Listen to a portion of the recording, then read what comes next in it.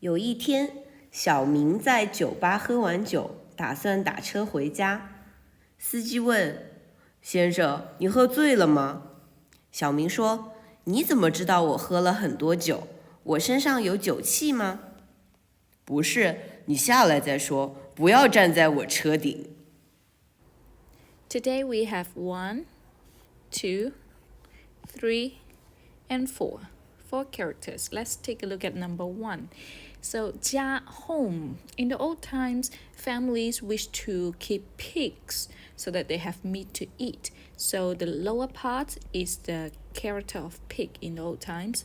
Of course, you can see the ribs there.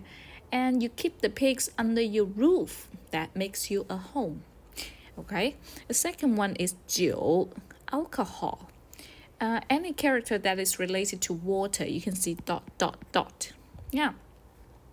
And then the right side part is actually a bottle of wine. See here, wine. And then you have the bottleneck. Of course, if you're holding a bottle of wine every day, you can get drunk, 醉, easily, right? And the left side part is the bottle of wine, and the right side part is actually, you can see it as a sound, 醋, okay? It suggests the sound 醉. But you can also see it as a meaning. It means die. So if you want to see the story of how you died when you become 醉, you can check on the story of 醉 later.